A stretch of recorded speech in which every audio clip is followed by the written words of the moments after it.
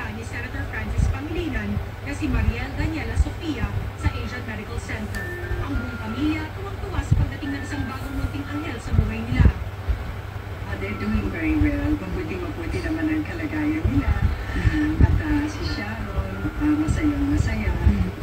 September 9 pa sana ang naitakdang cesarean operation kay Sharon pero napaaga ang pagsasagawa nito. Minabuti na ng doktor kasi malaki yung baby. 8.2 pounds. Sabi nga ng doktor, kung nagtagal pa ng 1 linggo yan, baka lampas 9 pounds yun. Nahihirapan na rin si Sharon. The heavy feeling was already there, and yung pain sa kanyang pelvic area. She delivered a beautiful baby.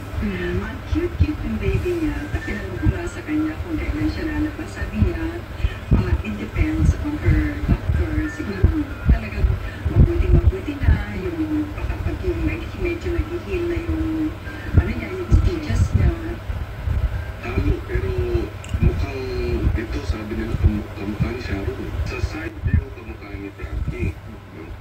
Si Casey na napapabalitang nagtatrabaho na bilang secretary sa isang TV company sa London, tuwang-tuwa rin daw sa pagkakaroon niya ng bagong kapatid. Pero ang higit umanong excited, si Frankie na baby Peanut ang tawag sa panahon hindi pa namanabas ang kanyang little sister. Kasi mayroong story po. Yung linya, tinatanong yung baby doon sa mami niya na on the way. How big is the baby in your tummy? And sabi mo, as big as a peanut. Tapos sabi niya, hello baby peanut. So ever since then, naging peanut. Tuwang-tuwa siya. Kaya tinignan niya, gusto daw niya hawakan. Kaya may hold the baby. Excited siya pati siya. Is that baby peanut? Yeah. Wow. How big is your love for baby peanut? How big? Very much. Yeah, but how big? You showed him how big. Wow, that's so big for her. At mula sa pamilyang nabiyaya ang huli ng isa pang supling, isang mensahe ang nais nilang iparating. Many of you know how complicated the whole process was.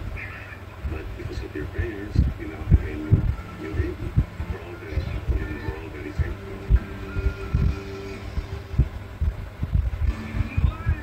Congratulations ulit kay Ate Shawi at kay Senator Kiko.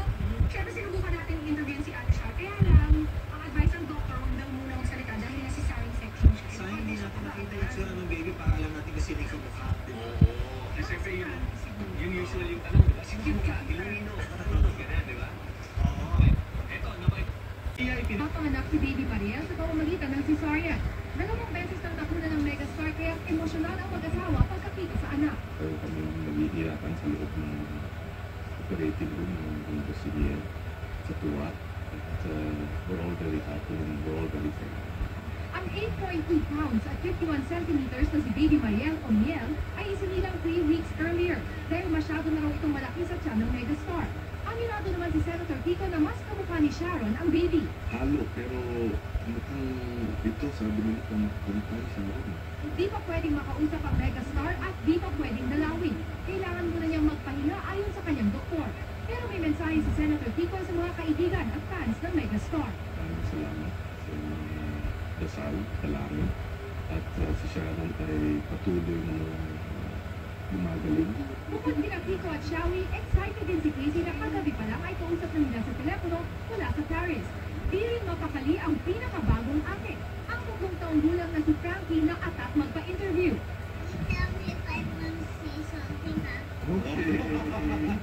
Baby Peanut ang tawag niya kay Mariel at siya lang ang pwedeng makapagpatahimik sa senador. Everything's alright from Peanut. You know baby peanut? Yeah. How big is your love for baby peanut? How big? Very much. Para sa TV Patrol, Nina Corpus, ABS-CBN News.